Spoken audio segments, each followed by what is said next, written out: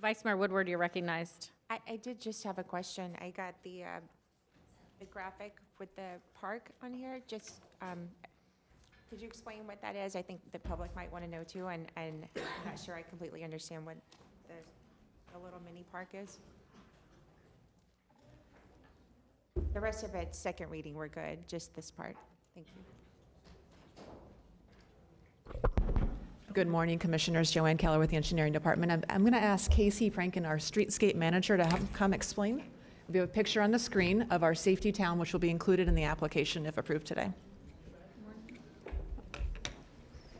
Sorry. Do you have a microphone? Good morning. I'm Casey Prankin. I'm a registered landscape architect and the streetscape manager with Engineering and Public Works. A little bit about Safety Town. It is two things. It is one, a physical location, and two, a nationally recognized program that teaches children all about roadway safety amongst other safety issues. The programming aspect represents a cross-departmental partnership amongst county departments, and the physical location, when it's not being used for programming, can be utilized as a play space. I would love to see one in every commission district. This originated decades ago back in Mansfield, Ohio, where I was born. I was a graduate from Safety Town, and it's something I've just always fondly remembered, and I just would love to see it part of Palm Beach County for our kids. Thank you. Thank you. Just to follow up on this, it was very interesting. Is this something that I guess like children are brought to, showing how to use intersections, what a crosswalk is, just a little bit of information for, because the picture, it looks nice, but you really have to zoom in to understand. There's even a railroad crossing here. This is teaching children how to be in the real world. That's right? correct. It is a real mini streetscape. This image is from down in the city of Sunrise, a project Safety Town that they built down there. So this is one example of what a safety town could look like, but it does include typically a real railroad crossing, crosswalks, signage, a street light. They learn all about bicycle safety, how to properly go directionally on the roadway. Excuse me 1 second. If those in the audience would please try to keep it down so we can hear. Thank you so much. Okay, thank you. Well, I like your idea of getting one of these and all across the county for multiple schools to be able to use this and children. So thank you. It was a happy addition. All right, we have a motion and a second. All in favor? Any opposed? Please say that the motion carries 6-0. Thank you. Moving on to item 3C1, fire rescue. Does anyone need a presentation? I will entertain a motion. They need direction. They need direction. Well, I guess we need a presentation. Good morning.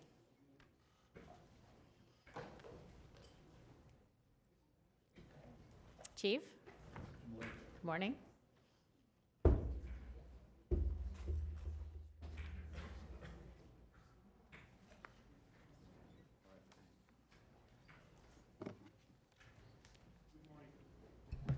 Good morning, Mayor, Vice Mayor, Commissioners.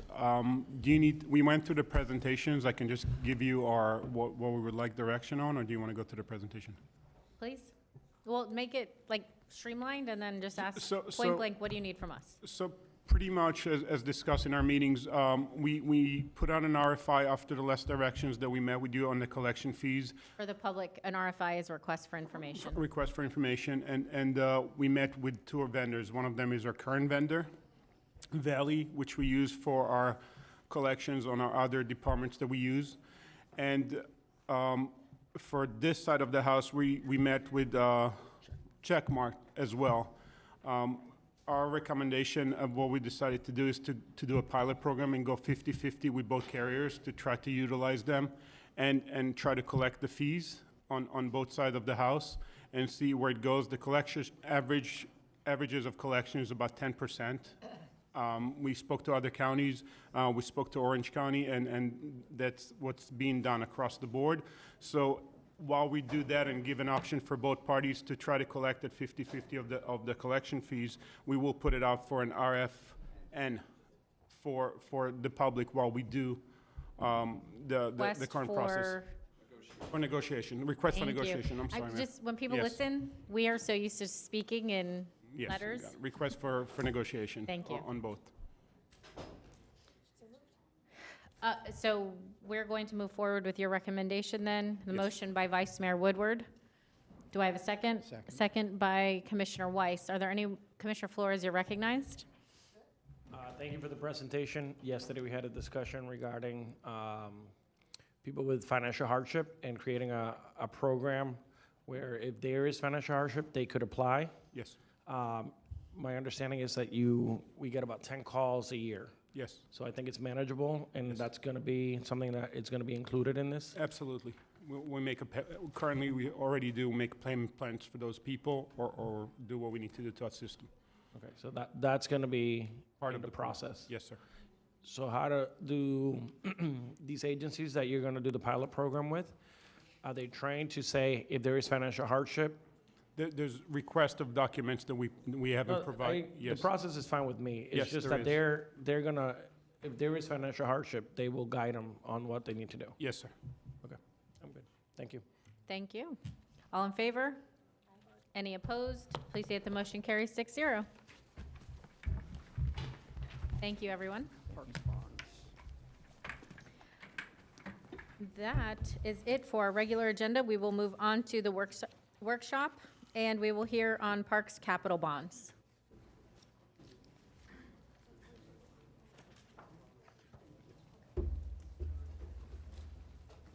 Good morning.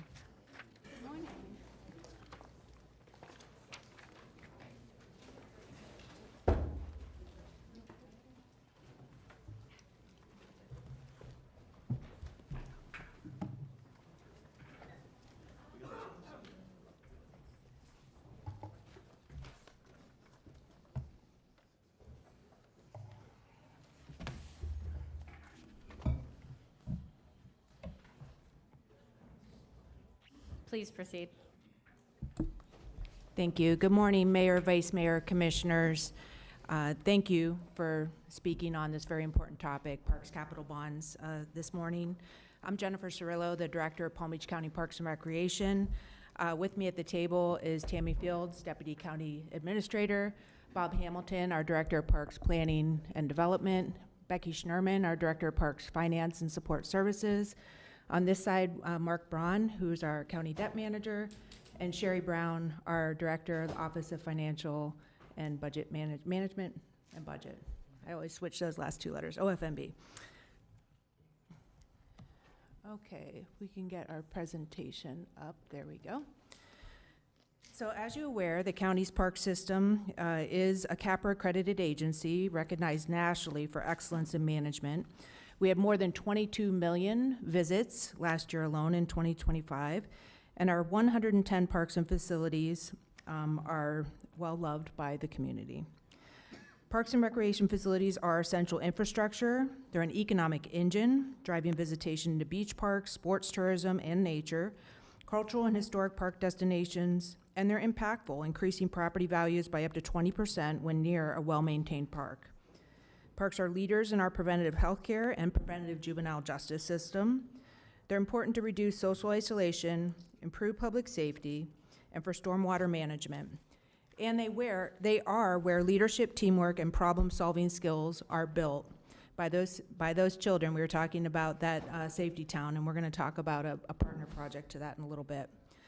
Parks and public spaces are high-performing infrastructure assets, typically generating approximately a 5-to-1 return on investment through economic activity, health savings, and increased property values. The Parks and Recreation Department is fiscally responsible and accountable, and for fiscal year 2027, we have identified an operational ad valorem budget cut to lower our funding consistent with the small gap between our budget and our actual expenses that you can see here in the chart at the bottom for those watching at home as well. At the budget retreat, OFMB shared that we have more than $1.2 billion in capital budget needs, however, over the next 10 years, A figure that was shared with the TBD, or to be determined, note at that time, and that is what we are here to workshop with you today. Routine small repairs and renovation work throughout the park system is funded by $30 million in ad valorem capital annually, but that is not enough to keep pace with the needs. Here you will see the previous significant investment the public has made via voter-approved Parks and Recreation General Obligation Bonds, or GO bonds. Although we have not passed a GO bond to fund Parks and Recreation capital since 2006, the need is greater than ever. To sustain the park system built with these bonds, all previous bond debt service has been paid off by this point. And we did have an infrastructure surtax that was passed by the voters in 2016 as well. So our capital funding has shifted over the last 20 years from bonds, GO bonds, that were leveraged with impact fees, and they funded the largest portion of our capital program. So this chart shows two different 5-year time periods. So for example, on the left, from 2005 to 2009, we had the bond proceeds that were matched with impact fees and some ad valorem capital and our grants. And then if you look at the 5 columns on the right, that shifted to the infrastructure sales surtax passed by voters in 2016. But with it ending, our capital program will be very underfunded, and the need for another publicly supported Parks and Recreation bond does exist.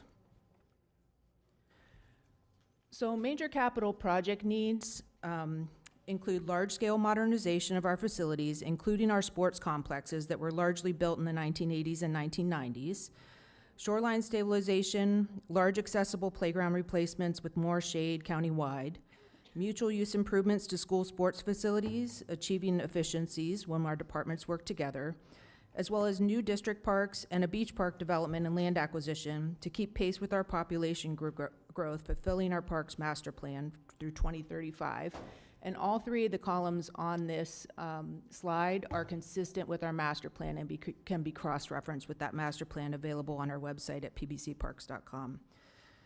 That level of service is important, and last but not least, we have a need, and this dovetails with the tourism master plan, for large sports tourism facilities that also serve our local public needs, specifically a large indoor field house in our county and a large multipurpose sports field complex with a stadium field in our county.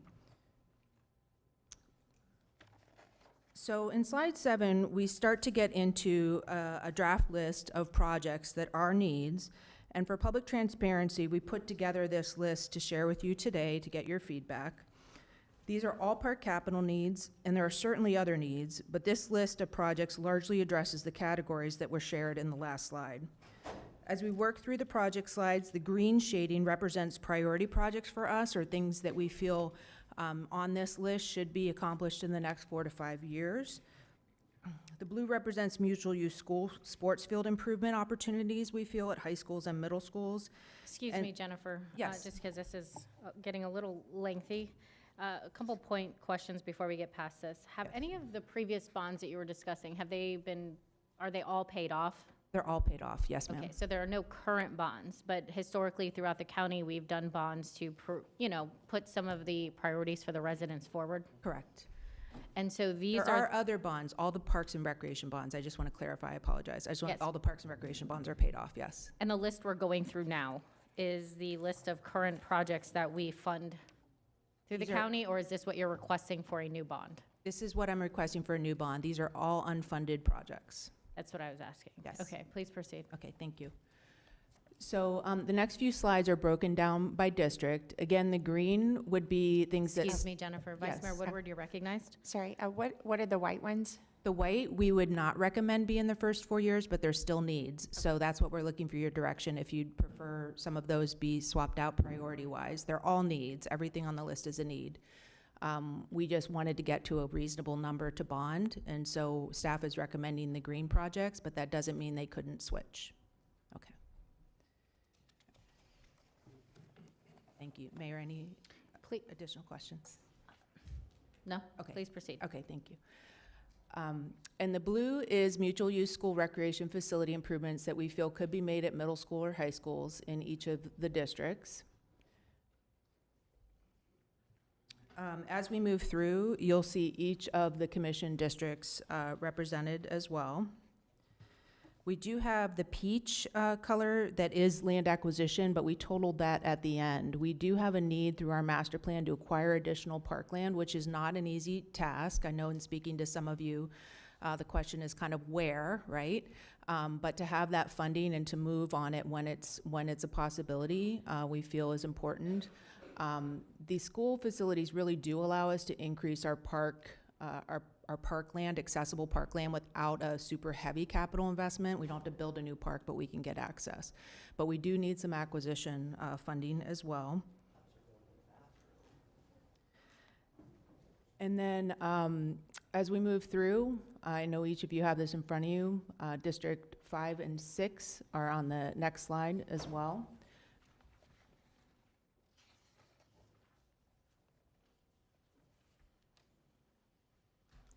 And then the last slide does have countywide needs that we talked about. So land acquisition, that is not included in the bond amount at this time, but there is a need for it. I just want to make you aware as we workshop this item. We did a countywide trail and pathway connectivity. Again, that's partial funding. We would leverage all this money with grants, with other funding sources that are available to us.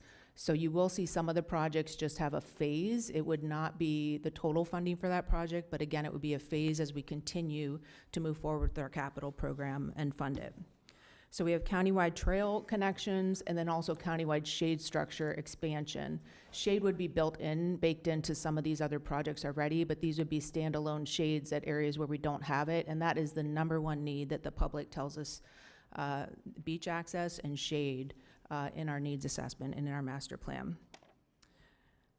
So it's important to note that the acquisition funding opportunities for partnership, again, may exist to expand publicly accessible park spaces. But when we look at this total, so this total list of capital needs of that 1.2 billion we said we have, and we're paying as we go 30 million a year, this list of major capital projects is just under $680 million. But if we take out the land acquisition, it comes down to $525 million. And if we just look at those green shaded projects, we feel that's a much more manageable number to bond over time, and that's $275 million. So I think it's important to note, because a library bond's being discussed as well, that a parks bond is countywide. Everybody contributes. A library bond is just the library taxing district.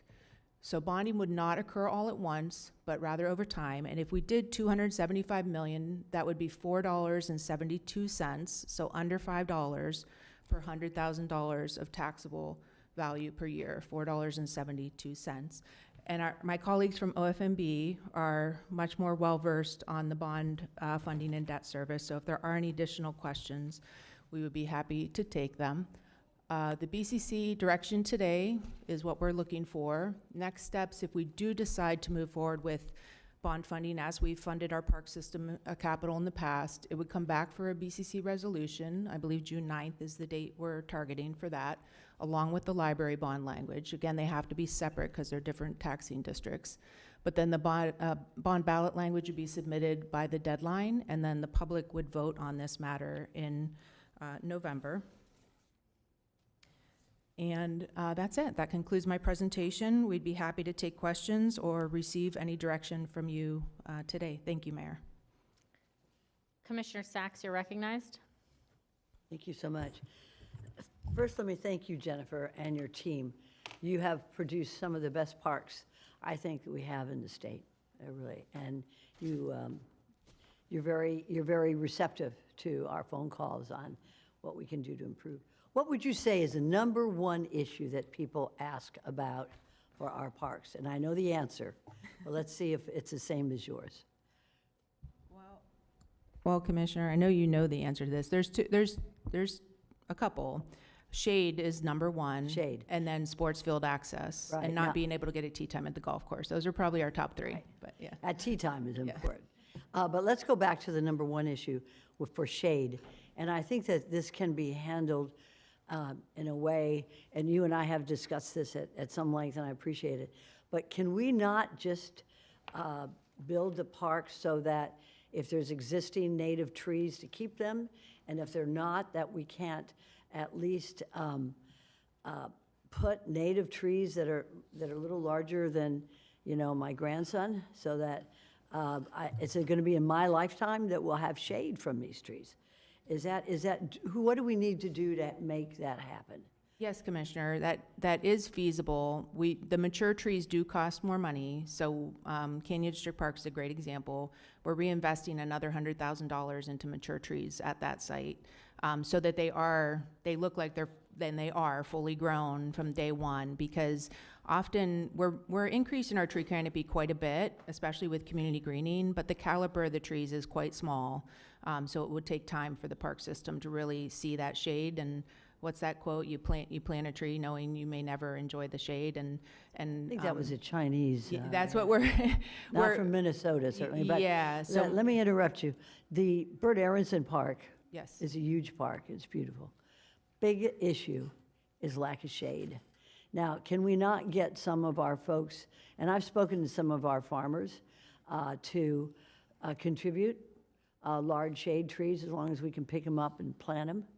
But they have large live oak, and I know you don't like mango, but I any. like mango, just not in our playground areas. Right. Yeah. It's hard to mow, I think, once the fruit gets, but whatever our green people say, but if we can get our farmers to contribute large shade trees, we put a little plaque, thank you very much to so-and-so, would your team consider that? Absolutely. We would love donations, yes. Okay, I'll talk to you about it, because that's the number one issue I hear, is shade. Yes. And it's expensive to put those big sales out. It is, then that's one of the lines we have in here is specifically for additional shade. expensive, But right. if we can get donations, that would be amazing. Yes. Okay. In the meantime, I think that you and I are on the same page when it comes to the number one issue that we have. Thank you so much, Jennifer. Thank you.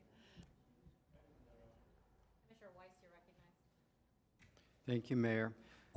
Thank you very much for the presentation. Since we had an opportunity to meet in my office, I had a conversation with the folks over at Mounts Botanical Garden, and I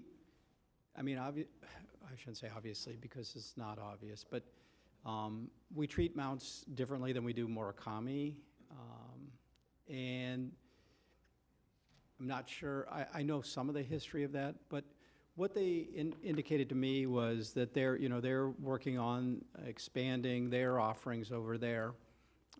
And for all intents and purposes, they operate like a park does for our community. They provide educational programming for our students, as well as housing IFAS over there as well. But they had indicated that they actually have a need for $5 million to match with a $5 million that they're raising to improve what's happening over there. Is there a way to have that included in this? That would certainly be at the board's direction. I would defer to the administrator. They're not organized in our capital program. Similarly, as is not, even though has natural lands that are visited by the public, their capital is separate, but it would be at the pleasure of the board. And we would have to I mean, if they're not able to reflect raise, that in the bond if they're not able to raise the $5 million, then we wouldn't be under any obligation to send it over to them. Previous bond agreements have had, or previous bonds that are approved by the board have had agreements with other entities to fund them, but again, the bond language would just need to capture whatever the board directed. Okay, thank you. Commissioner Flores, you're recognized. Great job, team, by the way. I enjoyed this. I love learning about our parks systems. And I genuinely believe that this is one of those hidden gems in our entire community where it's very utilized. I know the parks in my district are very utilized. I know Kahili, which is technically outside of mine, it's also very utilized. Whether it's soccer or baseball, it's always being used. A couple of points that I wanted to make. You said you're constantly looking for land, but I know that we have put a lot of land in or reserved land into And I think at some point, there was discussion up here of making some of those areas into passive parks. Are you guys exploring that? Because I know that we have, since I've been on the dais, we have put a lot of land into some of those restrictions through ERM. Are we able to utilize some of those lands to make passive parks where people can go walk, hike, whatever? You mean active? Is that active? No, I'm sorry, are you done, Commissioner? I didn't Yeah. mean to interrupt. Okay. So we have not explored including them in our parks level of service in the comp plan. The natural areas currently do function as passive parkland that people can go and hike and explore and bird watch and do all kinds of stuff.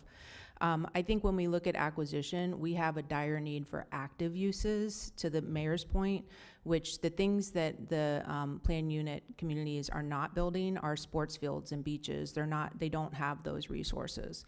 We've talked about OHV trails and things that the communities don't have, but the passive lands are available through ERM right now. They just have not been considered in the comp plan as part of the park department, again, through an organizational structure.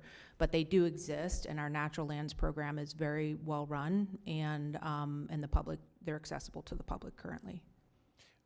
Okay, when you say they're accessible, are they being advertised as like a park? Yes, and I think Deb is here, but they're not advertised as a park, but the natural lands, and they have Adventure Awaits series, and they do advertise them as publicly accessible, and I don't know if you'd like Deb So to are they like in address two that. separate locations at the county?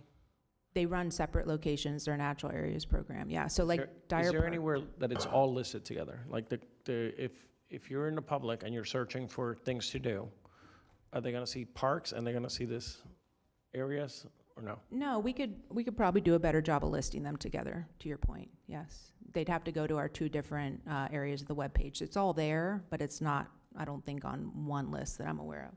And if you don't mind, a quick question in that, is there clearly marked areas for them to enter, to the commissioner's point, and to Yeah. exit? Yes. Okay. So Dyer Park's a really good example. It's right next to a very large natural area, and the public can visit both, again, free, affordable access. They just happen to be next to each other, but it is well-marked, yeah. Deb, would you like to comment?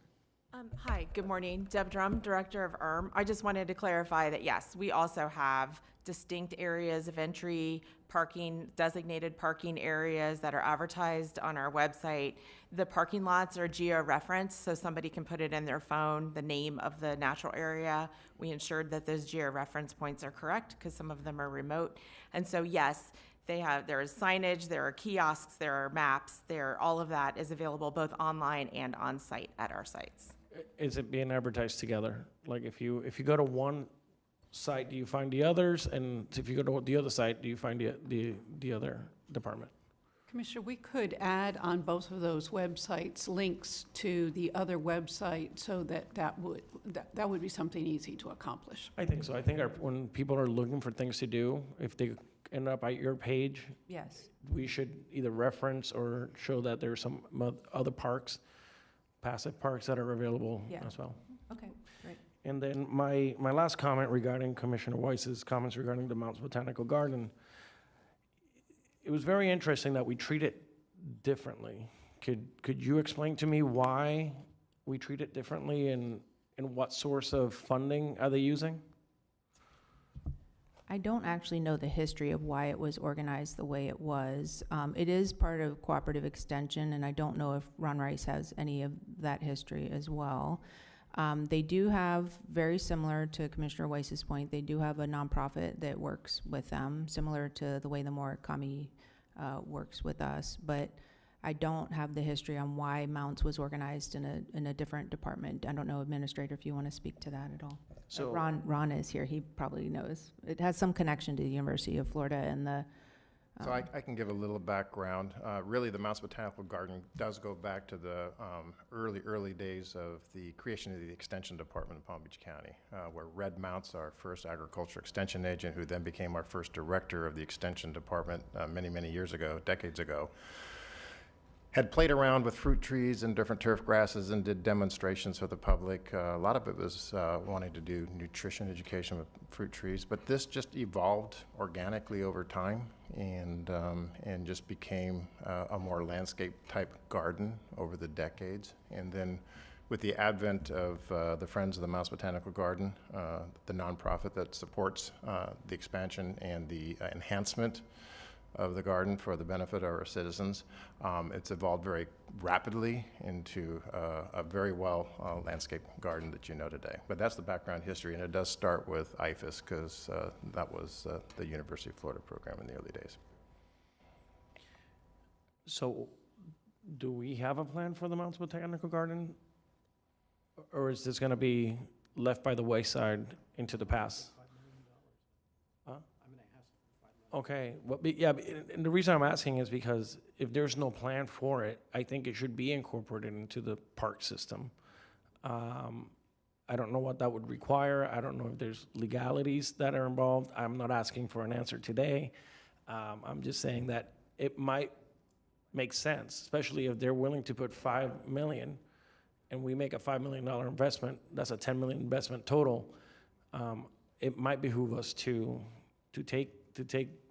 incorporate that into this plan so that we, and by the way, that's not in my district. Is that your district? Okay, it's Commissioner Weiss's district.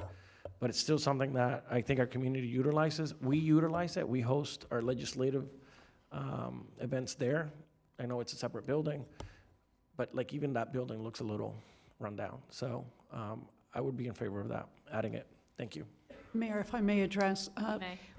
we have two options with that. One would be to remove some of the items here for that $5 million, or if you wanted to have us recalculate the numbers and increase the bond amount to 280 instead of 275, we will accept the board's direction as to how you would like us to proceed on that. You may. This is my personal opinion, and I'm 1 out of 7. I've sort of calculated the $4 and let's say 50 cents that it would be per every 100,000. My bill would be probably a little bit over $65 annually. I think that's a great investment on my behalf because I utilize those parks constantly, and I probably visit those parks more than 60 times a year, so I'm probably averaging about $1 per use. In my opinion, it would be a well-made investment. So I'm okay with going up to 280 because there is a match on the table. That's my personal opinion, but that would be where I stand.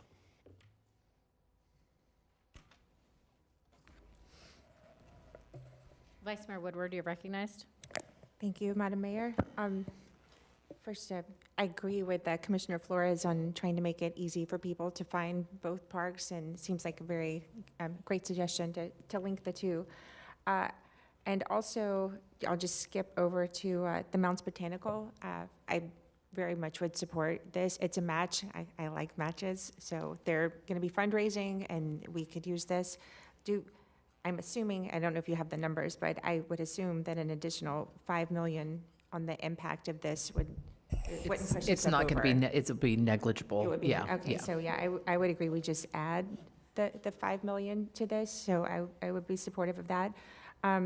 The mutual use sports fields, I love that idea. We have a lot of our schools that have land or have sports fields that aren't maybe as well maintained as they could be, and us investing a little bit into that, into the school property, and then we get use when, for other events, because sports fields, I hear about it all the time. I know you do, so you hear about it way more than I do.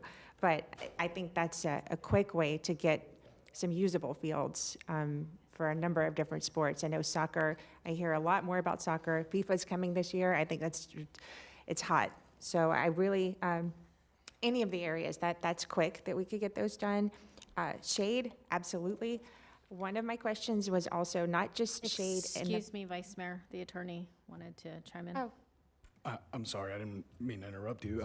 Just on the mounts issue, we want to be sure that bond counsel blesses using bond funds towards that, because there's that private-public partnership, and we also need to make sure that the bond language covers it. I don't foresee an issue, but we do need to clear that with bond counsel. That's all I wanted to say. So we'd add that to the board direction to make sure that gets cleared through bond council. Thank you. And for the shade trees, not just the shade in the parks, but if we could do better for shade in the parking lots as well. Not just palm trees. They're beautiful, but they don't really provide a lot of shade. And we can design our parking lots to where people can actually park. I know when I go to a park, everyone's clamoring for the 3 little spots over in the shade, and, you know, the tourists park in the sun for the first time because they don't know better.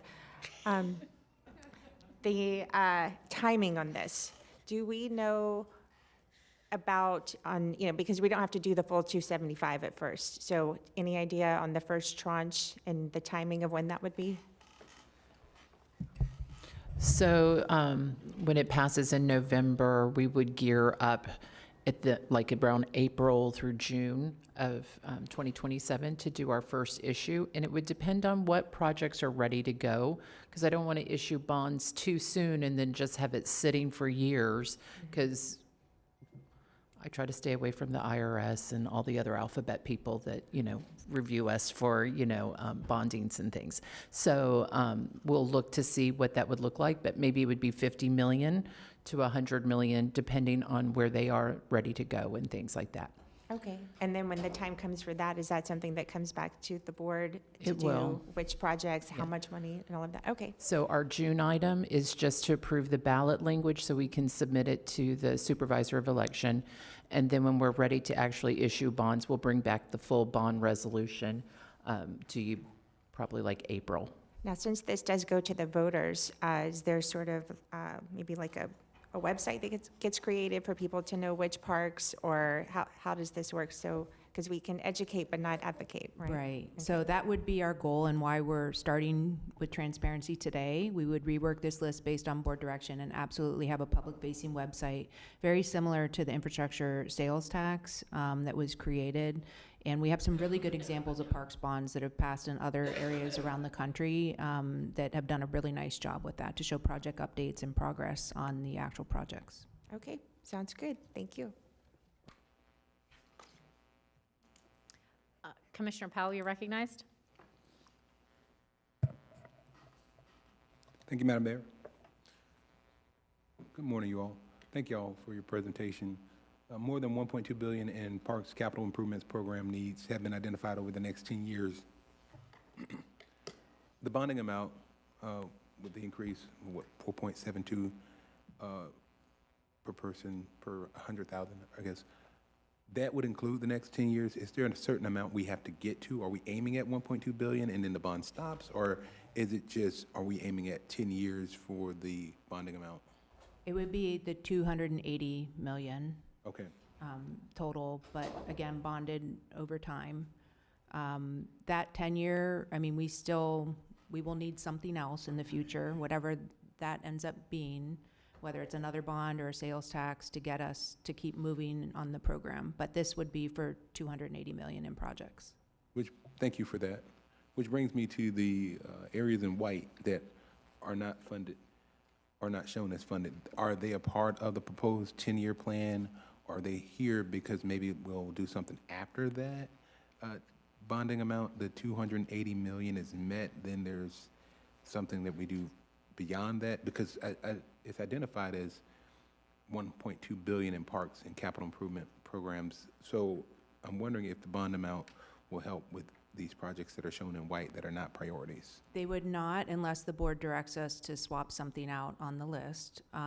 The projects in white would be the next, after this is done, the next iteration of whatever that funding would be. They would be next on the list for us.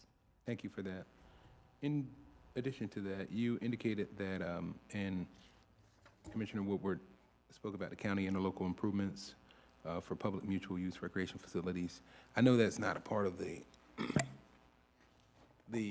explanation may not be a part of the funding mechanism, but can you explain to us just exactly how that would work? I know we've got laws that indicate that, the public can't be on a school ground up to 2 hours or 3 hours after they've had a program.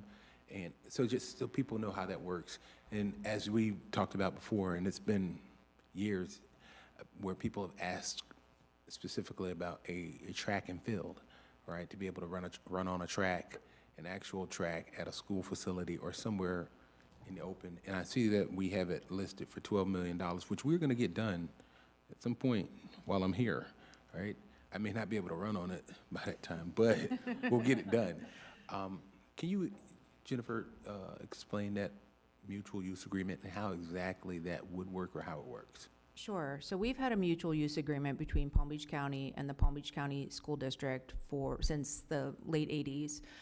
Mutual use of recreation facilities. So our public teams can request use of their facilities. Their programs can request use of our facilities. The problem, and the school district's great to work with, but the problem lies where their facilities often are not something our groups want to request. And because of the Jessica Lunsford Act that you referenced, the school sites are not open during the school day or after school hours to the public for good reason, right?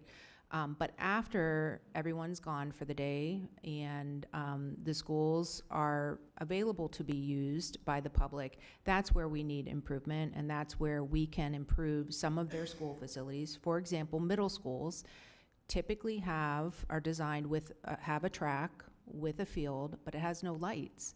So those lights would make all the difference in us requesting it to be able to be used by the public after middle school hours and after everyone has gone for the day.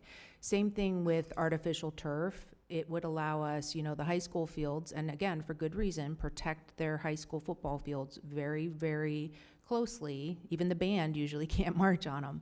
But if we can put artificial turf on more of those fields that are not in our affluent communities, there are a few schools that have worked with the local community and the local municipality to change them to turf. But in our unincorporated areas, if we can make more of those turf, it breaks down that barrier to overuse, and we can open those up for public recreation and for the public to be on the track and to use the fields. And the school district is very, I think, open-minded to us doing those improvements. Canyon District Park in District 5 is a really good example. You'll see an interlocal agreement specifically for that park coming to you soon that will give the public and have that access for that specific school. But we need to do that more on a county-wide basis. So I don't know if that answers your question, Commissioner, but thank you. Thank you, Jennifer. Commissioner Weiss, you're recognized. Thank you. I also had questions in regards to the use of the school facilities. I mean, they're an underutilized public asset, and so to make them more available for the public, I think is a good thing since they're paying for it, and the land is there and available for them. So how, if we make this investment and you've got funds set aside for each district, will they actually open the fields up like at night and on weekends so that the public or these teams can use them? Yes, that's the short answer, yes. But Canyon District Park, we're working specifically with the middle school. We have the ability to make improvements to their fields, add lights to the track, and they're using our, it's not mutual. The mutual use isn't mutual because they're already going to use our softball, baseball, and soccer fields, but allows us to make some minor improvements to make it publicly accessible, and then the public will have access to walk that track and to use that field, yes. Okay, all right. I think that's good, and it's important for the public to know. How long is this going to take to get these areas opened up? Yeah, so it's hard to put a timeline on any capital construction, right? But once the voters vote for it in November, those are some of the lower hanging fruit because the underlying infrastructure already exists. So, getting them online quicker, it's a lot quicker than building something brand new. So I think it is. It's a good investment. It's a smart investment to be efficient and to get them online, within a year rather than 3 years or more. Okay, good. All right, and then I'm also good with the taking up the $5 million and that, but it would not be dispersed until they've raised the other $5 million.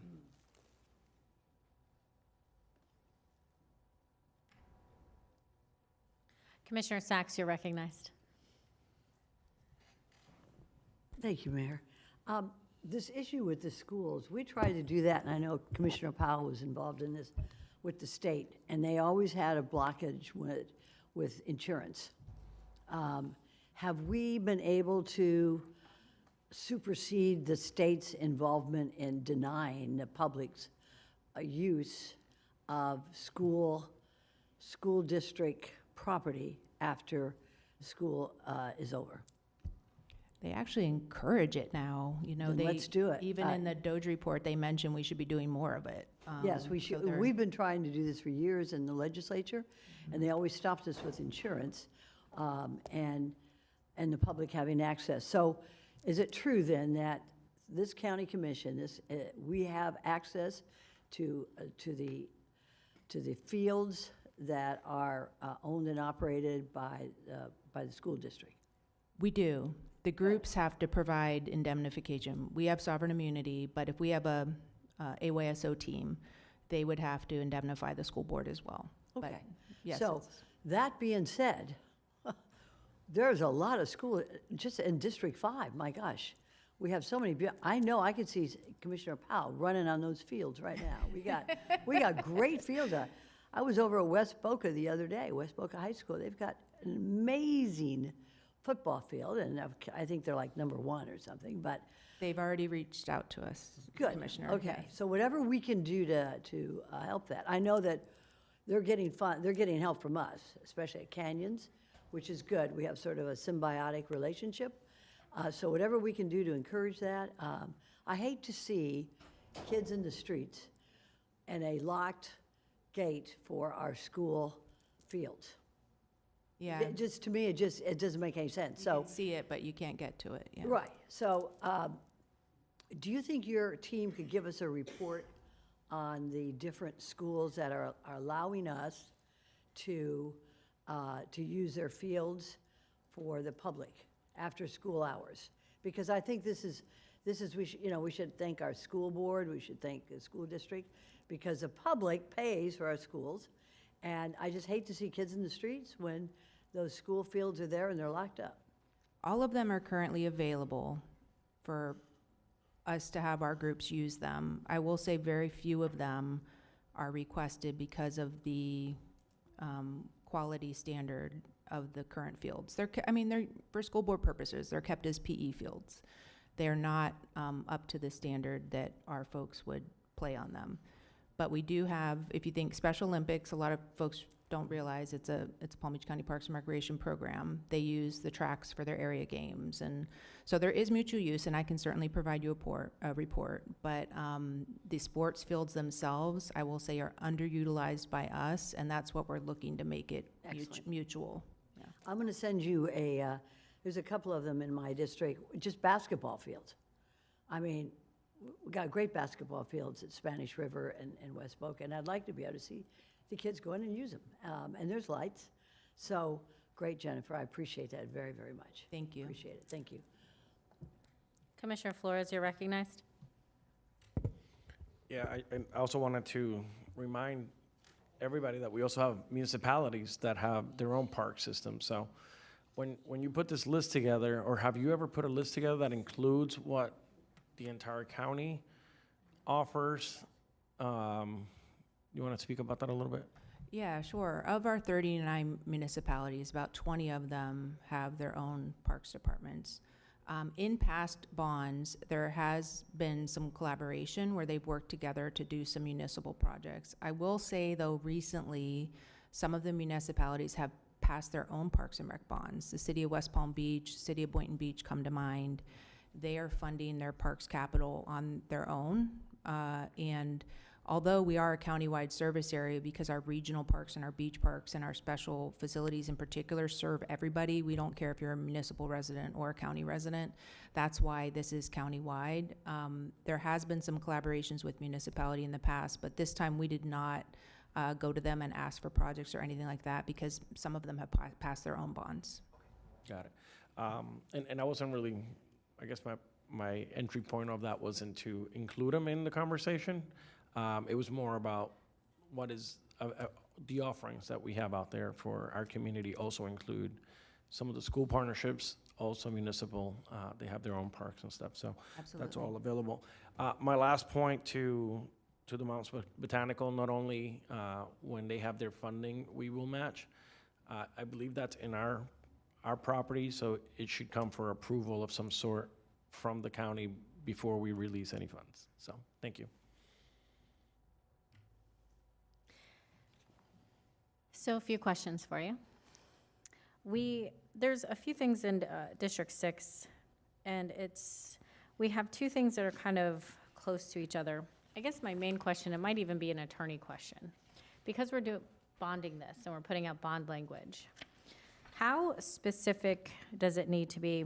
And I guess my question is if we are using the 20-mile bend project, I love the idea of putting an athletic complex there. But with this language, are we limiting it to, what if the residents reached out and they wanted an ATV park there? What if they wanted another type of shooting complex there? An indoor shooting? What if they wanted something else? Are we limiting ourselves to what can be there? I will let our bond folks and our attorney answer, but I will say we're only presenting this list because we want to be transparent, but the design can definitely change.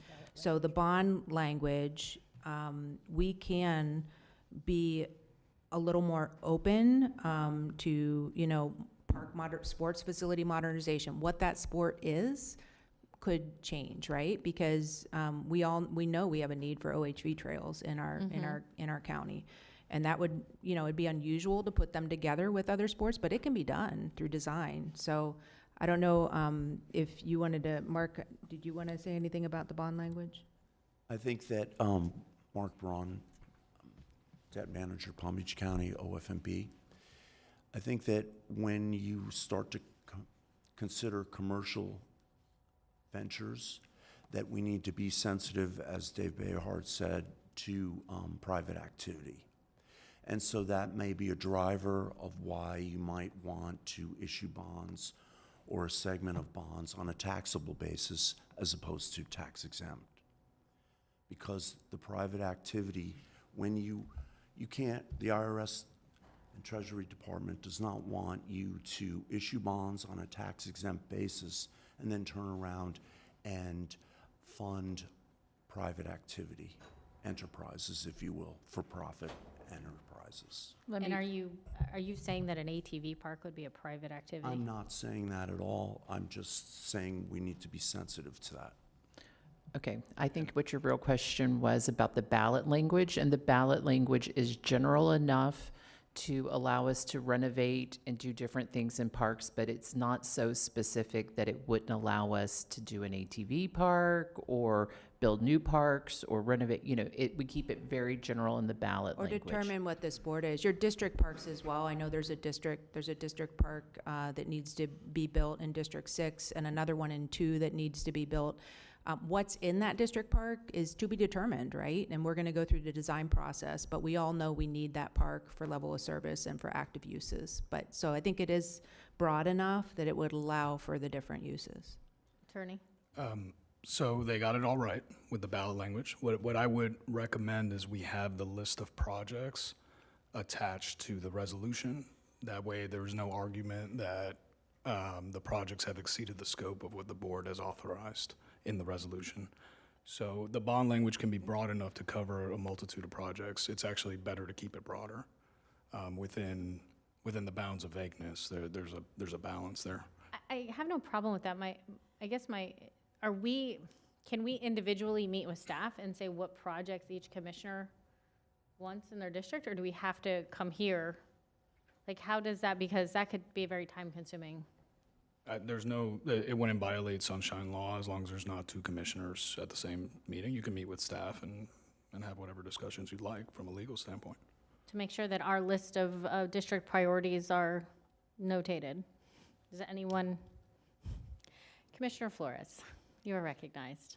So I sort of did that with the team already. My only comment or feedback would be that if you do change, the amounts may change. So I think that's what staff is trying to get guidance today is, are we moving forward with the 280? I think that's an excellent point. So I think the point is, as long as it sticks within the amount allocated in each district already, then we can prioritize. I don't have an issue with that. So as long as staff doesn't have an issue, I think that's what they're looking for, Mayor, guidance. we will, Mayor, if I may, we're going to have to rework the numbers a little bit anyway, because what I'm hearing is you want us to include mutual use for the school board, and that is not currently shaded green. So we'll be reworking the numbers a little bit as well. So as long as we stay within the 280, what I'm hearing is 280, include 5 million for mounts, not until they raise the 5 million and it comes back for your approval, and then also to include some mutual use countywide. So we're gonna be working, and I'd be happy to meet with you all again to go through what's in your district to make sure that what I'm hearing today, and it's gonna come back, this list is gonna come back with the resolution language on June 9th. So you will all see it collectively again at that time.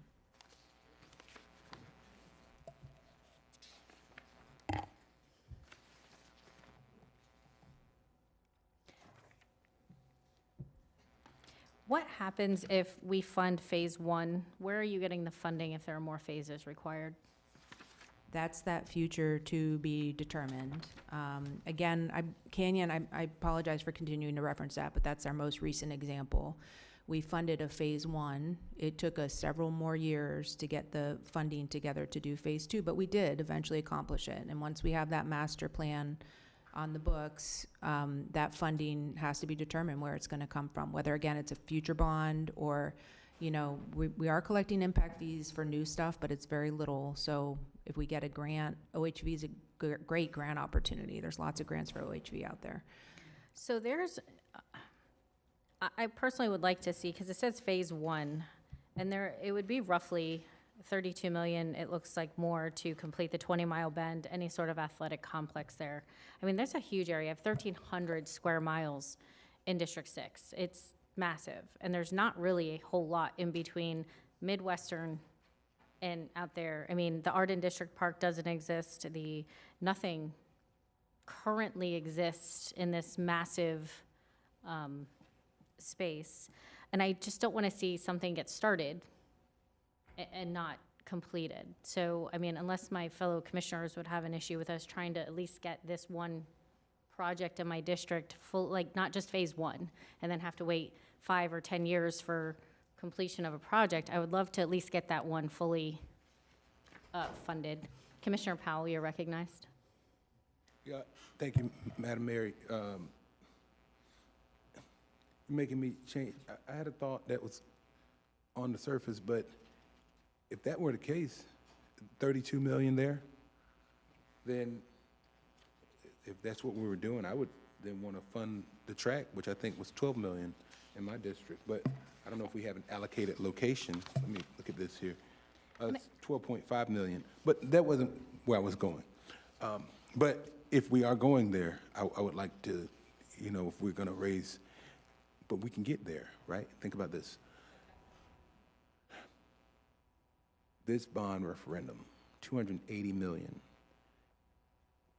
The referendum would be up to 10 years, correct? Or until it's funded at 280 million? There is no timeline once we do a referendum for when we have to issue it. So it allows us some flexibility. And even if I issue $280 million worth of bonds all at one time, you can't do all these projects in a year, 2 years, 3 years. It takes time. That's why I always say, let's issue a smaller portion. We wait a couple of years, 2 or 3 years, see how the first bonds go, and then issue the next one to continue through. So there's got to be like a little bit of a priority list from Parks as far as what they think is ready to go when we issue those first bonds. Thank you, Sherry. And what I was thinking is, if that's the case, if the mayor were indicating that maybe adding that project on, and I know we're probably doing too much, and adding other projects on, maybe extrapolating out the timeline of when we think we would finish paying off the bond, because I know Palm Beach County is continuing to grow. There's more and more people coming to Palm Beach County. I'm just workshopping in my head, right? But now out loud, what I'm thinking in terms of some of the projects that are not priority, capitalizing to make sure they are priority and get done. Because I believe that your health is your wealth. And in Palm Beach County, you know, park facilities and libraries increase the quality of life here, right? And if we can do everything that we can to provide opportunities for people to really enjoy all of the facilities that are offered, it starts in the parks. Here in Palm Beach County, that would be my idea of how we kind of move this ball down the court. And I'll just add to that, as you're talking timeline, because our normal maturity for a bond is 20 years. So this is, allocated debt service payments over 20 years. So that's how long people will be paying for these projects. Thank you for that, Sherry. Okay, when I think about it, that puts something in perspective. Okay, thank you. Commissioner Sacks, you're recognized. Thank you. Do any developers help with the funding of some of our parks that may be close to their or contiguous to their developments? We've, Mayor, if I may, we've had land dedications as part of their development, but I am not aware of any in our park system where they've actually paid for development of the park. I see Bob shaking his head now. That has happened in other jurisdictions, but not in our county park system. But we have, the underlying land has come from some of the developers, yes. Have we ever, when you shake, I didn't see it, Jim. Could I ask him if, when you say other jurisdictions, you're talking about other counties or than Palm Beach? Correct, Commissioner. There is other counties throughout the state, other municipalities. They do have, different rules and regulations to allow that. And we do not allow it? No, typically, like, as Jennifer mentioned, it's Canyon District Park, as an example, was a land dedication from GL Homes. That's historically. Arden is another one in District 6 where it was a land dedication by the developer, but they usually stop at that point. They don't provide any additional funding outside of impact fees. Could they, when you say they stop at that, could we ask them to put a little money into maybe shade trees? A lot of the developers will take down every tree in that area. That would be the will of the board when you're approving a project, I believe. Okay, Yeah. so we could ask a developer not only for, to give us land, such, I think that happened at Canyon, didn't it, Canyon Park?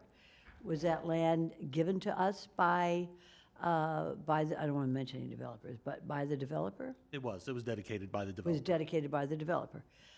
Is there any reason why we could not ask them for funding to help with the development of that park? I don't know if Patrick is here. He'd probably best speak to that, but all I can speak to is it not has traditionally been done in the county. I don't know if it could be done.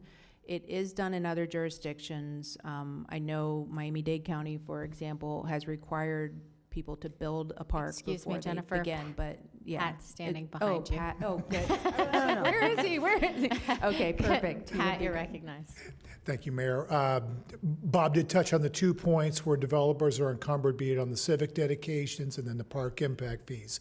Specifically to your point, Commissioner, that would be something, if you were looking at additional considerations to come about, would want to see that embodied in code. And if that was the board direction to take a look at that, there's some challenges that would be out there, but we could take that direction and pursue it. No, I don't think it needs, I'm not asking for a code or some type of zoning addition on this. I'm just asking, is there anything that hinders us or prevents us legally from asking a developer to fund part of the development of that land that they're deeding us, Mr. Rutter? Certainly asking the question, this board, when they deal with zoning items, does have a number of them and has asked for points through the course of time.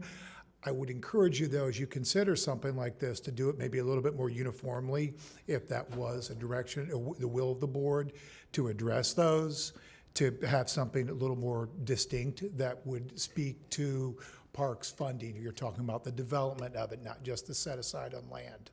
So you have something more uniform. No, Now, I'm not asking for a, the question is real simple. Is there anything that stops us from asking a developer who has deeded land to us if they could also help fund something that's going to go on that land? Let me ask the attorney. So it could be part of your negotiations Okay. and contractual negotiations. I am not a PZB expert. We do have experts in my office, so I would like to have them look at that issue to see if there's any issues that I'm not aware of. But when it comes to contractual negotiations, Why not, right? if they agree, it's a contract. Obviously, it's not a statute, it's not a state statute if other jurisdictions are doing it. I'm Right, just, but we would have to look at it for sure. We would okay. have to look at it. Do you think that your office could come back with us at some point to all the commissioners and tell us? Because it could be that we could be able to, or maybe not. I just want to know if there's anything that deters us in this county from asking a developer to put in a little money for a development of a park. I'll bring it up to the office. Appreciate it. Thank you. Thank you, Mr. Rutter. Commissioner Weiss, you're recognized. Thank you, Mayor. In following up on the Mayor's questions about the 20-mile athletic complex, what would you envision Phase 1 is able to accomplish? So Bob, correct me if I'm speaking out of term from a construction standpoint, but, phase one is really our, like we've done at other parks, our underlying infrastructure, getting, sanitary sewer, restrooms, parking lot, ingress, egress. That particular site, we have a bit of a challenge with the turn radius to get in. But depending on what the elements were, building some of the basic elements and that underlying infrastructure. So to OHV Trails, T-Mark Schmidt grants are available, and that could be accomplished at a fairly low dollar cost because you're just kind of moving around some dirt.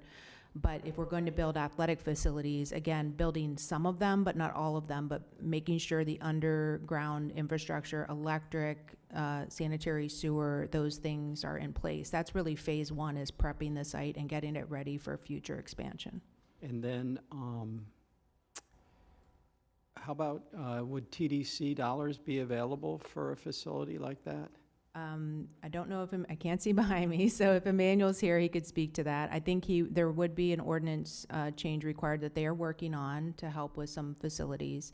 We would look to leverage almost every large project. We would leverage with other funding. So we would look for sports tourism, TDC funding for any of these athletic complexes that are heavily used. I know George Lindley is here from the Sports Commission. He can tell you he uses our park system very, very heavily. I know they do. I know we support a lot of those. And if we make nice new facilities, they're going to be able to go out there and recruit. Do they contribute to any of our parks facilities today? Not facilities, but they do quite a bit of grants to bring in the business to utilize our park system. So they When do you grants say- to the organizations. You say grants. They're small dollar grants to the organization to bring them in town, like the baseball tournament, the Spartan tournament. And I know George can do a better job explaining it than I Okay, can. I mean, I understand that. Not But capital. they're not, or maintenance, are they? Correct. So they're not, but yet so people are, in a way, I guess, well, in a way, they're bringing people in from out of town. They're staying here. Some of them, I assume, are staying in hotels and paying bed tax dollars that then go to TDC. But And it it's seems like it would make sense that they could contribute also to the maintenance of these facilities as well as the capital. I mean, don't believe I'm sorry I interrupted, Go but ahead. I don't believe that the statute allows for the maintenance portion, but it does allow for capital dollars, and that if TDC, let's say, builds a sports complex, they can put in 70% of the cost, and then we would put in 30%, and that's a formula out of So, statutes. I mean, as we're looking at this and we're talking about some of these facilities, and and I know Commissioner Powell brought up the track, and the track could also be certainly used for holding events at as well. Absolutely. Yeah, it does dovetail, I and think we could leverage. I think it should be part of the plan that we, maybe between now and June, can we get folks from the TDC to look at this and say, hey, what can we, so that we can actually, maybe there's more projects that can get done. We are already talking with them about leveraging this funding. You're right on. And when you look at their 10 big ideas that they're going to do feasibility plans on, one of them is a large indoor sports complex. One of them is a large facility like that. We are already speaking with them, and That's what these numbers reflect. What about some not so big ideas, but like a track so we can watch Yes. Commissioner Powell run? And St. Aloysius, which is Yep. well used but very under the radar. St. Aloysius Baseball Complex brings in more sports tourism to our county than people would ever imagine. And maybe even the pool, Yes, so, holding tournaments and so forth. But I mean, I know George and his commission are doing a great job bringing lots of activities here. It would be great if they, if the TDC then could help us in some of the funding. I mean, Right. they've got a great revenue stream. absolutely. And it's part of that better, when we talked at the first few slides, we talked about the return on investment, reinvesting in your park system. It brings that greater economic benefit with it. Yeah, and if you can use some of their dollars to offset your capital costs, then it leaves you money for your maintenance, so. Yeah. Okay. Vice Mayor Woodward, you're recognized. Thank you, Madam Mayor. One question that I did have, do we have the ability to sort of do a heat map based on population density on these parks, or on what we're putting together? Since it is a countywide payback, everyone in the county pays back for it. So are we able to do something like that? What was the acronym you used? Like a heat map for Oh, a population heat ma- density? a heat map. Yeah, we actually do in our master plan have heat mapping for gaps in our park system, and then we know where our visitation is and can overlay that with a heat map of the population density as well. Yeah, absolutely. That's really our two district parks. I mean, part of it is the property we own, right? Where it happens to be. But I will say, part of the reason they acquired Lantana District I, which is West Lantana Road, is they knew that the population would grow in that area. And that was very intentional, as well as Salisbury Way out by Okeechobee and the fairgrounds. So yes, the acquisition piece, 100%. That's how, if we ever did get No, acquisition I meant the money. projects that we're putting for the bond. So that way, on the website, when the voters go to look at what they're voting for. Oh, they can see what's near them. They can see like a map of where all of this is going to be. Sure, we can overlay that, absolutely. I know Bob has that ability, he's done it for me, Okay. so, yeah. Thank you. Commissioner Flores, you're recognized. Thank you. I just want to caution the board about asking for additional projects. As it is, my district is only getting 4 projects, which is recommended, and I'm okay with that because I trust the team. They're looking at the entire county's master plan, and they know how to proceed and move forward. But if we're going to start asking for things, it has to be proportional then. So I just want to bring that up right now because when you add the dollars, I'm probably not the top 3 or anything like that. When you look at amount of projects, I think District 3 and District 7 have the least. So I just want to be, And 4, I see them at Vice Mayor, 4. yes. You got 1, 2, 3, 4, 5. Okay. So that's just my point. If we're going to start asking for additional stuff, then we're going to have to make this proportional somehow. Commissioner Sacks, you're recognized. Don't go away. I think what we're talking about here is public-private partnerships, because we can't fund everything alone. And I think that if we can use some of what Commissioner Weiss was talking about, Commissioner Powell, and I, with the developers, that if we can get companies or entities to invest in our parks, it makes it a lot easier for our public to pay. So I'm just sort of wrapping things up for you, Jennifer, and I think that is a excellent discussion that we've been having about it because it makes sense. And it makes good public sense, and it just would be helpful for us in funding the parks.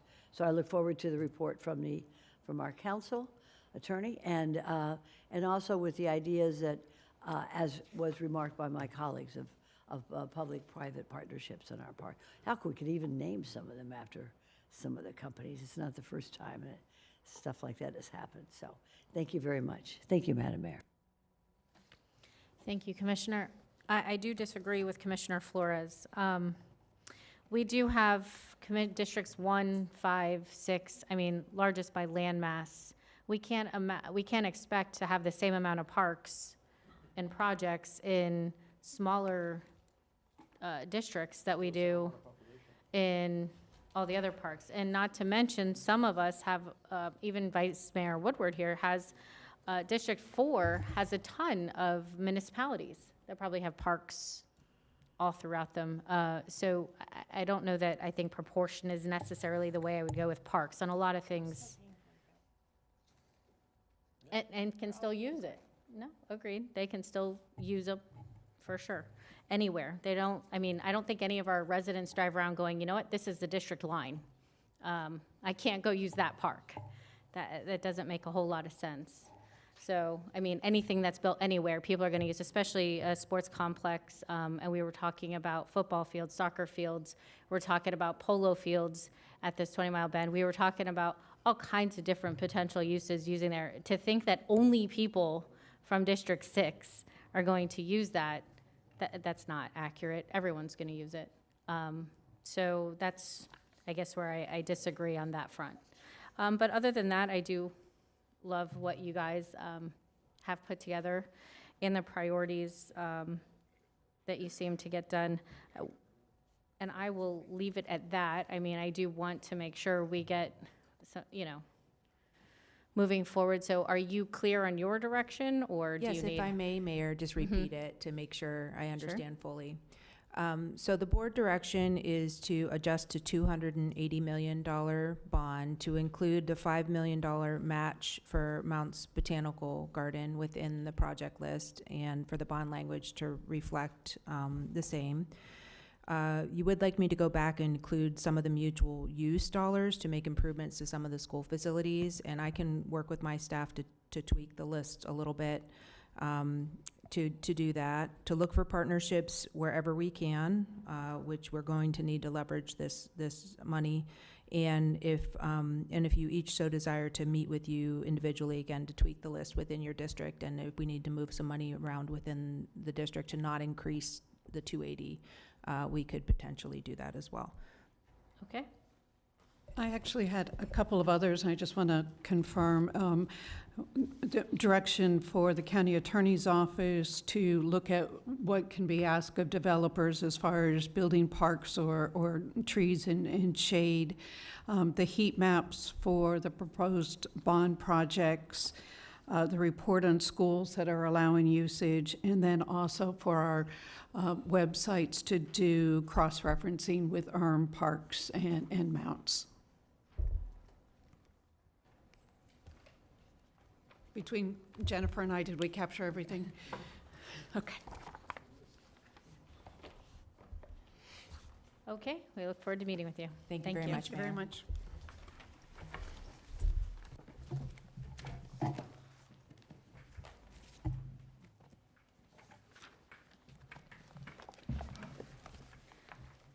We will move on to comments, starting with Commissioner Sacks.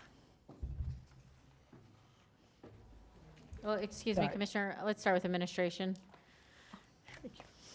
Is that okay? No, I don't Thank think you. so. I think I'll start, no. Just a few comments, Madam Mayor, and to the board. Thank you on mounts. One statistic that wasn't brought up, Commissioner, we are one of the very few communities that actually have a botanical gardens. There's not many throughout the United States, so we will work to make sure that's done right from the administration operational standpoint. Also wanted to, since we were on the park topic, one issue that has been bothering families for many years was the parking lot at Okehili Park, which has been quite rough. And that is under construction right now for repavement and refurbishment. So just wanted to bring that up. From a marketing perspective, to Commissioner Flores about combining parks and some of our operations. Just to let you know very briefly where we are with staff. We have gone through the reorganizational process. We are very in sync, in my strong opinion. We are now moving towards updating and redoing our frontal-facing marketing platforms, everything from our vendor portals to our new main website that you will see. I will be connecting with all of you, getting input and ideas, doing some joint synergies between and Parks. I'll make sure that's included as we have our new frontal-facing elements to the public. I know there will be a security update, Madam Mayor. We are moving towards, for the building, as far as the substation and locking down the building. If it's okay with you, would you mind if Deputy Administrator Nadler addressed some of the issues on that? Please. Hello again. Is this working? Okay, hello again. Vice Mayor, Mayor, Commissioners. We are going to be locked down the building in around mid-June. That's the date we're looking to do it. Our operation hours will change. We're gonna open the building earlier at 7:30 a.m. to start processing people. There will be 2 lines for employees and residents to come into the building. All side doors to the building will be closed down. There will be 1 access. This will be considered a substation, a police department, so garage access will be locked down. Everybody will be coming through the main doors, except for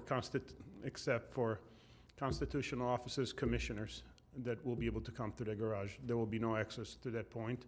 What about our staff? They will be coming through the front doors. That is, We can discuss it later. It's all security. We can have conversations and discuss it individually with you guys. I really don't want to give a lot of the details of how we're securing the building on the dais, but I'll be more than happy to meet and we can discuss it. But there's a lot of work with the sheriff's office on securing the building. There will be screened with the machines in the front door. There'll be posting that this is a substation, a police department.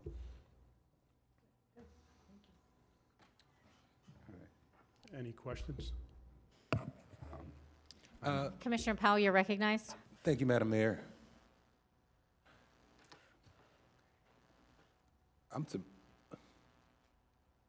This is new, so I didn't know much about this. I'm choosing my words. We should definitely have a conversation because I think we're all surprised. Yeah, I would love to have that conversation. Just process-wise, everybody through the front door at the same time.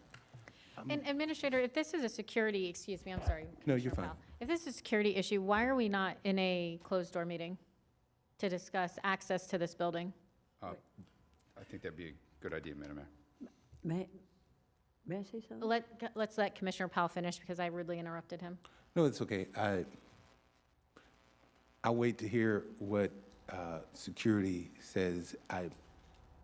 On its face, because I don't have enough information, I don't think I like it, but we will find out in a security meeting. But I don't right now know enough to truthful. Sorry, Commissioner, permission to speak? Yes, you're recognized. So we just initially met with the security detail, and we met with PBSO, that's what came, and now we're just letting you know where our expected timeline is.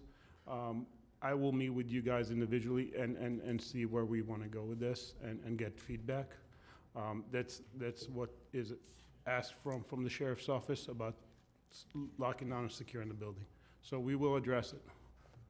Commissioner Sachs, you're recognized. Thank you. This may be a day for everybody to work remotely as far as staff. When it comes to security, I'm not taking any chances. Now, when I started working here, we had security on the 12th floor. We don't have security on the 12th floor anymore. And that's public. Everybody knows it.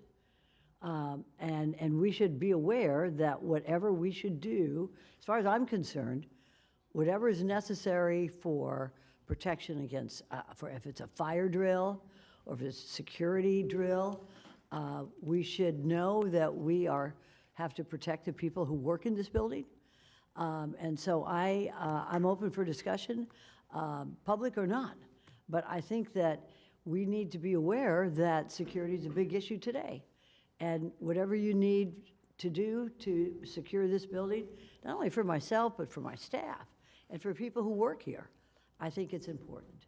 So, and I like to have it public, private, but also public, because it's a public building. And we have been denied security that we had before on the 12th floor. So, or on any other offices here. So, damn right. Whatever you need to for security, and that means that my staff has to work remotely that day, I'm sure they would be very much against it. But I think that our number one concern is to be secure for the people who work here. And that's my opinion. Commissioner Flores, you're recognized. I do have many questions. I do have many comments, but I'll just leave this here out in the open. At no point has this commission made that direction. And we are moving in a direction that this commission has not approved. So we are a public serving institution. Should there be certain levels of security? Absolutely. But the public has the right to come into this building because they do business here. So with that being said, other buildings don't have the security that you're talking about implementing here. Should certain floors have that level of security? I agree with that. But I don't know how I feel about this whole thing that's being said right now. And there should be levels of clearance into the building or to the certain floors. I agree with that. But where we're moving, there's never been a discussion about any of this. So I just want to say that. Administrator, can we have this, a more conversation with all of us? I believe June 16th would be a good day for us to come back and have this discussion. I believe it was a closed door, or they call it a shade meeting for security purposes.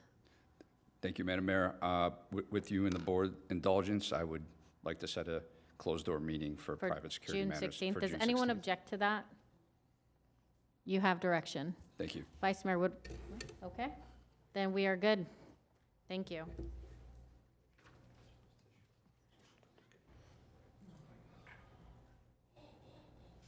Now that those comments are concluded, Commissioner Sachs, you are recognized. Thank you, Mayor. When the county administrator first started, we did a trip to all the various colleges searching for interns who would want to become part of our team. And the reason for that is because, first of all, there's nobody better than to have somebody work on your team in the county who is a Palm Beach County resident and who graduated from a Palm Beach County college. One of the colleges we visited was Florida Atlantic University. Since that visit, the president of Adam Hasner from Florida Atlantic University has instituted an internship program that I'm sure my colleagues have used, whereby you can choose an intern and they are paid by the university. So I've taken advantage of that, and I do want to introduce someone who went through that program, became an intern in my office, and is now hired as of yesterday as a staff member, and that is Cynthia Akan. Cynthia, you want to stand up?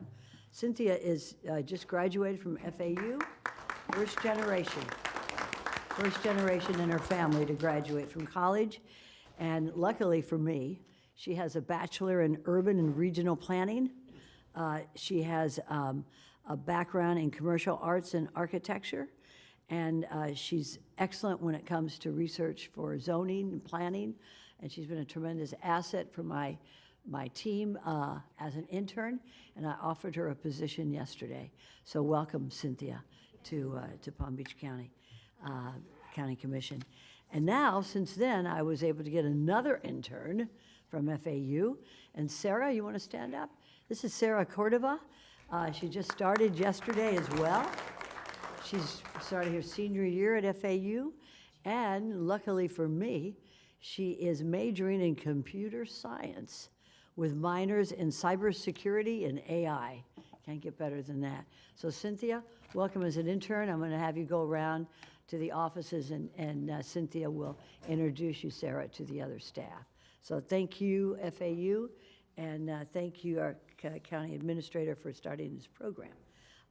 Under comments, too, I'd like to declare that June 2nd, 2026 is Italian National Day. So we'll be giving an off-site proclamation, not in Rome, but here in Florida. Are you asking? I'm asking, yes. So I have a motion by Commissioner Sacks, a second by Vice Mayor Woodward. All in favor? Any opposed? Please If say it's at in the, Rome, I'll let y'all know and we'll be there. Rome's not approved, but the rest of it is. Please say the motion carries 6-0. Thank you, Mayor. And I'd like to have the reappointment of Lee Waring, Advisory Palm Beach County Infrastructure Surtax Independent Citizen Oversight Committee. It's a reappointment for that committee, and I'd like to make that announcement today. Thank you very much, and that's it. Thank you. Commissioner Weiss, you're recognized. Thank you very much, Mayor. First off, thanks to staff for a very a good meeting today, and especially to our Parks Department for all your efforts in finance to make that all work out. First thing, recently, A1A over on the island reopened over by Mar-a-Lago because we're not expecting the president back in our area anytime soon, which is big relief to the folks on the island, and they're very happy about it.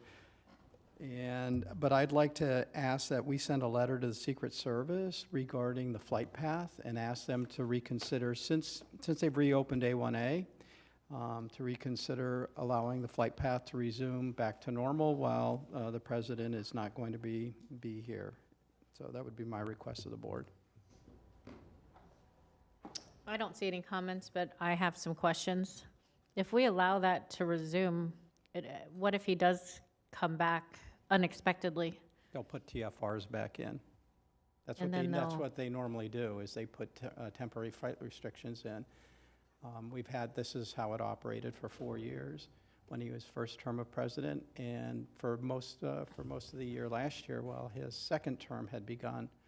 Understanding the security, there's security issues when he's here, definitely, but we don't expect him back. The Secret Service did remove the barricades and have allowed traffic to flow.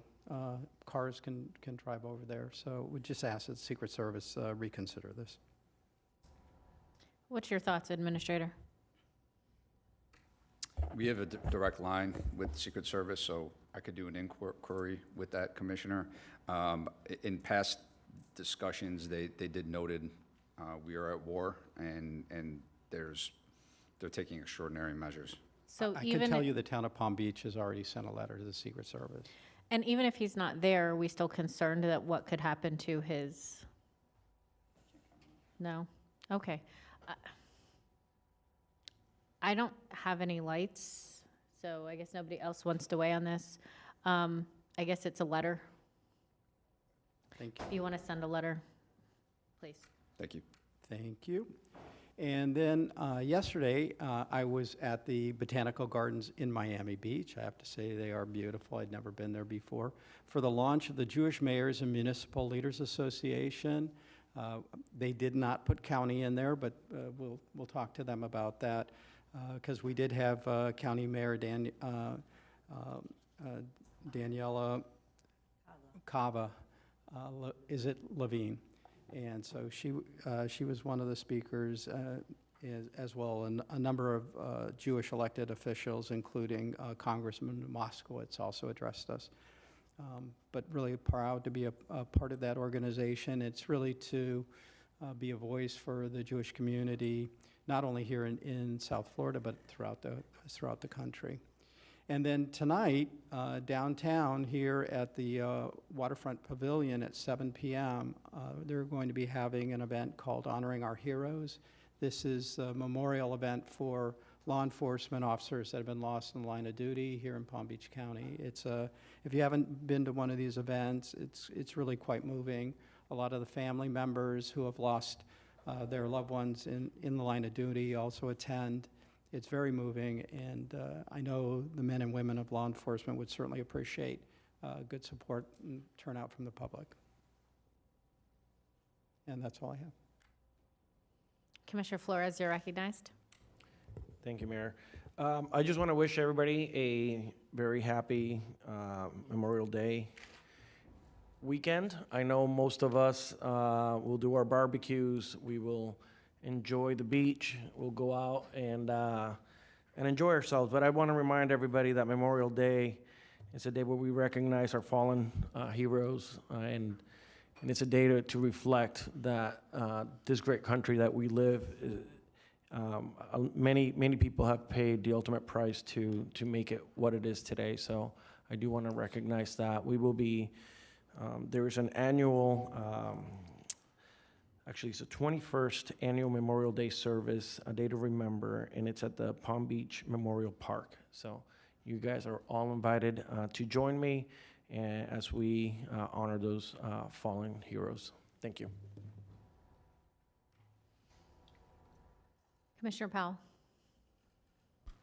Thank you, Madam Mayor. A couple things. One, first point of personal privilege, I want to recognize School Board Member Erica Whitfield is here in the audience. Thank you for joining us. As they used to say in Tallahassee, welcome to the County Commission. All right. I said that in Tallahassee. Well, they said welcome to the Florida Senate. Welcome to the Florida Senate. I have two off-site proclamations that I'd like to request. One, I would like to request approval for an off-site proclamation declaring May 22nd, 2026 as National Poppy Day. I have a motion, and I have a second by Commissioner Sacks. All in favor? Any opposed? Please see that the motion carries 6-0. Thank you. And also request approval for an off-site proclamation recognizing June 2026 as the 60th class reunion of the Roosevelt Junior High School class of 1966. I have a motion, and I have a second by Vice Mayor Woodward. All in favor? Any opposed? Please say that the motion carries 6-0. Thank you. A couple weeks ago, the Palm Beach County Caucus of Black Elected Officials had its annual scholarship luncheon. The scholarship application deadline has closed, I believe, on the 16th that night. So pretty soon, the BEO will be issuing scholarships. We are hoping to give out $100,000 in scholarship this year. But also, on May 30th, we are working with the Martin Luther King Jr. Coordinating Committee. Let me put my right voice on, because we will be presenting a live professional wrestling match in Riviera Beach, Florida. It will take place on May 30th at the Dan Calloway Tate Recreation Center. It is my understanding that the ring announcer will be none other than County Commissioner Bobby Powell. That'll be May 30th at 7 p.m. in Riviera Beach, Florida. So if you're available, come on out, bring your kids. I think tickets are really cheap, $5 for children, $12 for adults in advance.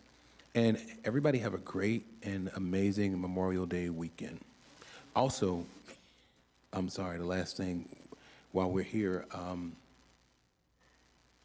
Administrator Bruther made reference, let's just keep our colleague, Commissioner Marino, and her family in our thoughts and prayers and, as we get ready for a Memorial Day weekend. Thank you. Vice Mayor Woodward, you're recognized. Thank you, Madam Mayor. First announcement, I wanted to let everyone know the Tri-Rail Station in Boca Raton is under a big construction project that the city is building, and parking has been a problem. We have negotiated with the brick facility next door to have overflow parking during this. It's probably going to be a 2-year-long process. We're having a shuttle. I do apologize.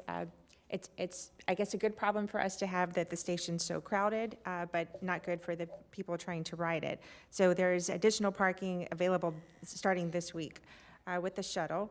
Also, it's been awards season here in Palm Beach County. I think I've seen every one of us at different awards luncheons. I did want to call out a couple.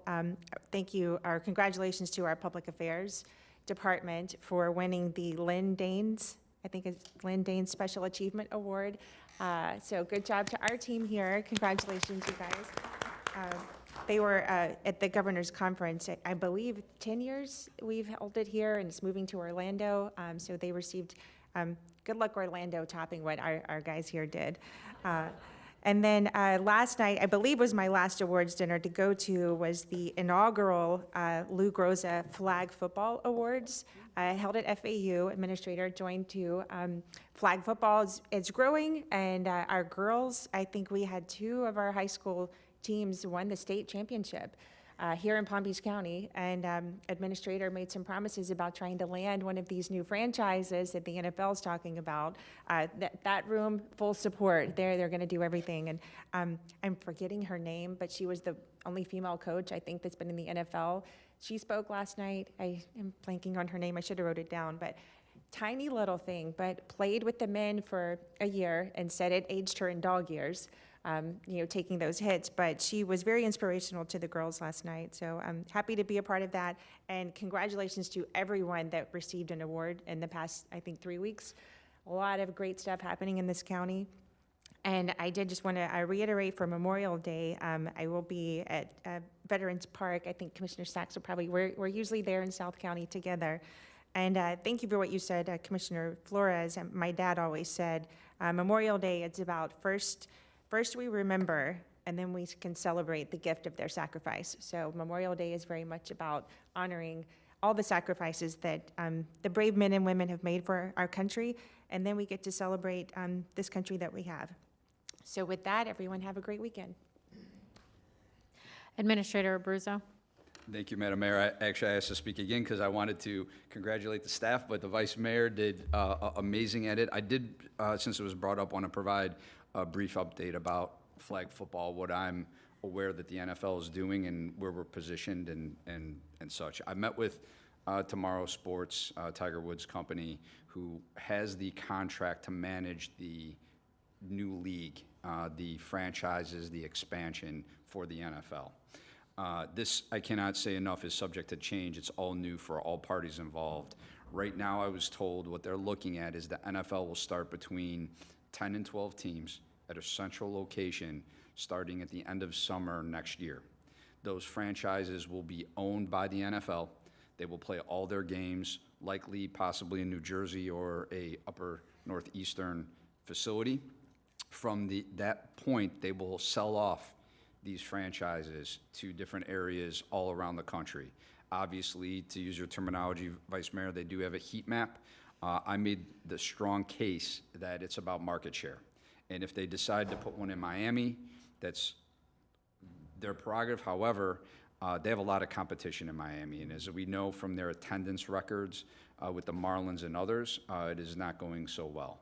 They would be our only sports franchise. I believe the community would coalesce around our only sports franchise. And by the way, there will be 2 teams per franchise, both male and female.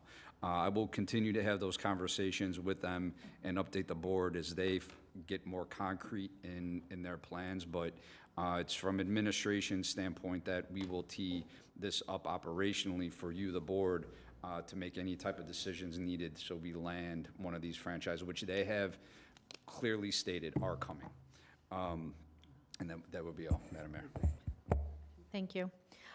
Lastly, there was a topic we discussed on this board, I want to say over a year ago now, which was we don't rent governmental space to anyone really outside of government. But we did make an exception for elected officials in the Glades because office space in the Glades region is so non-existent. And we had a congresswoman at the time, we had a state's attorney's office, we had all kinds of different offices out there and the ability to rent space out there. But it's come to, I guess, our attention, and I'm gonna need the board to weigh in on this. It was never expanded to the eastern part of the county, renting out governmental space. So does the board want to stop any elected officials from renting space at all?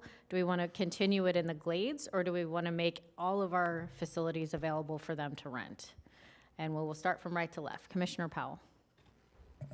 Thank you, Madam Mayor. I think you may even want to put it in a larger context because I know this is a request from one of the state reps, but I know we also here in Palm Beach County, we have congressional people and state representatives and state senators. So kind of maybe if we capture it in a larger context, because I know if our congressperson, and I know other municipalities, for example, the state senator for the district that I used to represent, which was 24 and 30, is utilizing space in one of the municipalities. So it's not uncommon that it's been done, and I know you can probably weigh in as well, Commissioner Sachs and Commissioner, Administrator Abruzzo, kind of like how that works. I don't know how it has happened in the county, but I do know it's not uncommon, and there's not a lot of state reps and state senators and congressional people in the area. So I would really like to hear from people, and in terms of access, how that works. Are you, for all of our government facilities?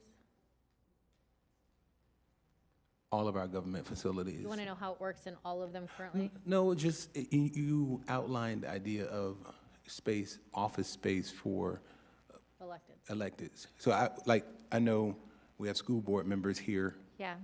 So, Administrator? Please, go ahead, Administrator. Thank you, Madam Mayor.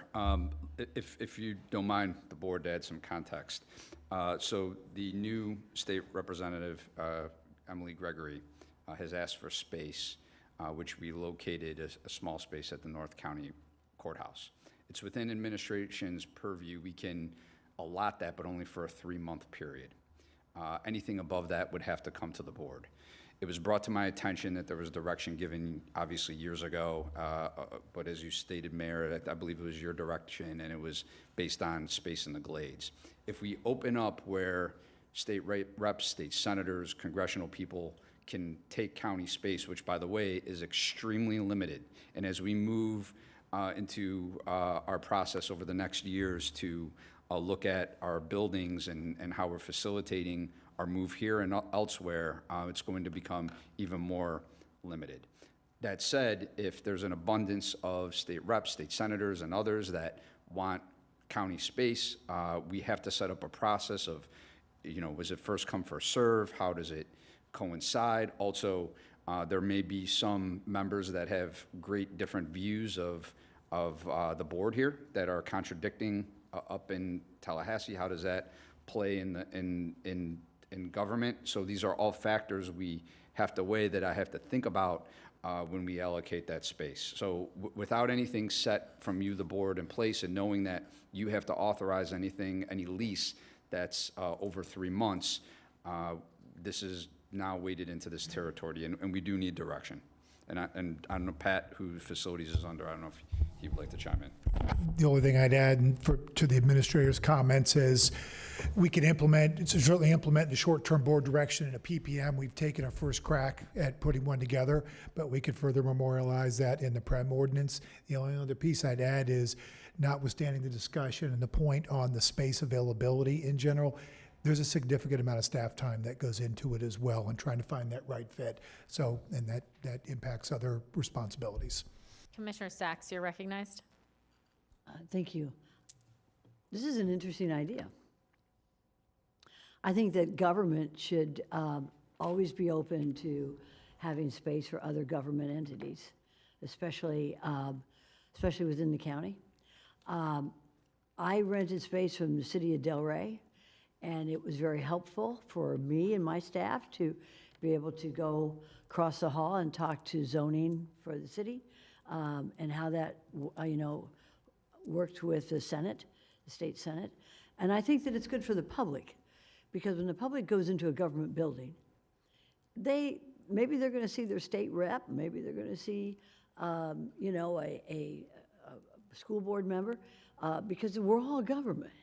We're all government. And it just makes sense to bring all government, as many government entities as we can, into one office, one building. It helps the public. And then secondly, and excuse me for saying so, but we can make money. We collect rent. What's wrong with the county being a landlord? As I would argue to entities when I was looking for space, the state doesn't pay a lot, but we pay. It's a guaranteed payment every month that the city of Delray got for my office space. Now, I went into a space that was occupied by Congressman L.C. Hastings. So it was all sort of set up like that, and the city of Delray rented that space out to Congressman Hastings and then to Senator Sachs. So I don't see any reason not to explore this.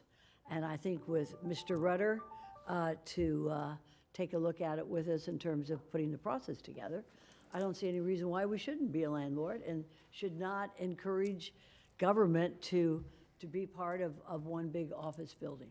So that's my initial take on it right now. Thank you, Mayor. Commissioner Weiss, you're recognized. Thank you, Mayor. And just to add on, Senator Nelson used to have an office over in, actually it was above the library in the city of West Palm Beach. So I think it makes sense. I would be happy to pull down extra money from the state of Florida on behalf of the taxpayers of Palm Beach County, so I would be good with that.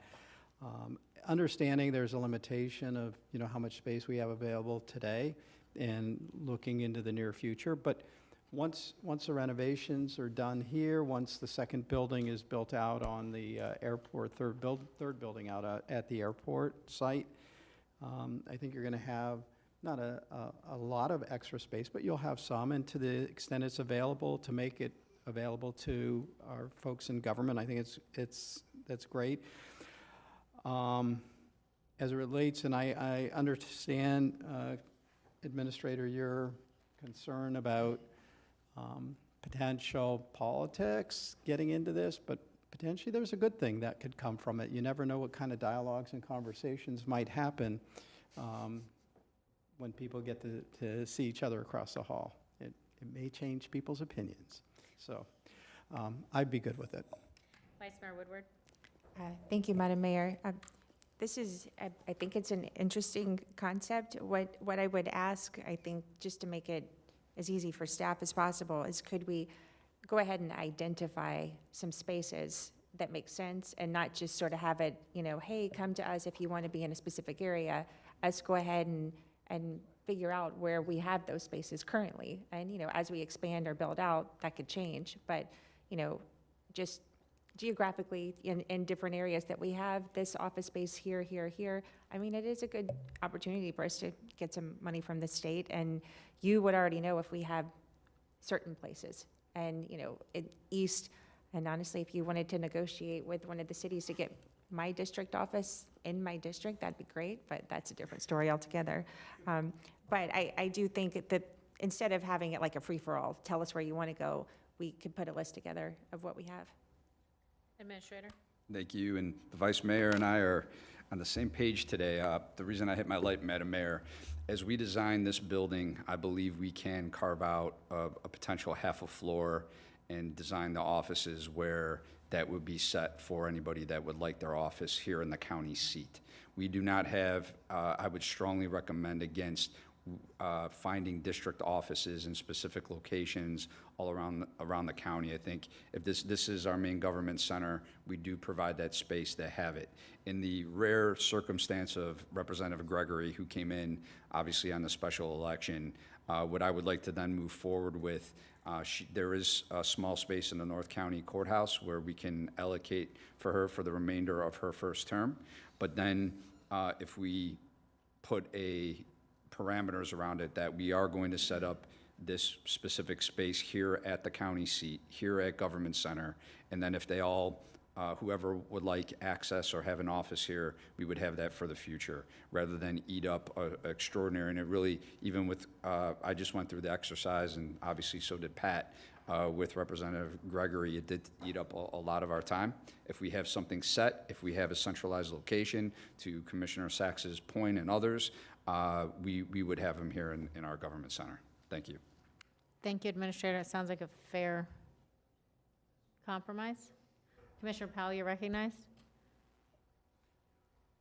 Thank you, Madam Mayor. To piggyback off what Commissioner Wise was talking about is the idea where people may think politics can get in the way. One of the things I want to let people know, and I used to have to deal with this when I was a legislator, even doing legislative updates to my municipalities, right? I had to remind people that once I got elected and I represented all these cities. When I come to do a legislative update, I'm not coming to do a partisan legislative update. I don't represent, or when you're elected, once you're elected, you no longer are running. You are elected to represent everybody. So there's no longer, when they announce us as commissioners, they don't say Democratic or Republican commissioner. Usually they just call us commissioner. We run on a ticket, or on a party, but when we get elected, we represent everybody in that district. Democrats, Republicans, independents. When they call our office, we don't check to see what you're registered to vote. We get to work. And we try to render assistance everywhere that's possible, and we show up.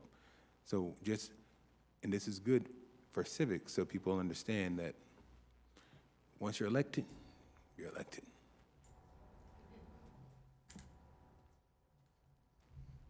Is that all?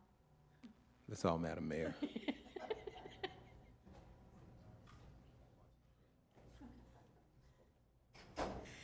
Okay, well, thank you, staff. Thank you, everyone who helped make this a successful meeting. Have a great one. We're adjourned.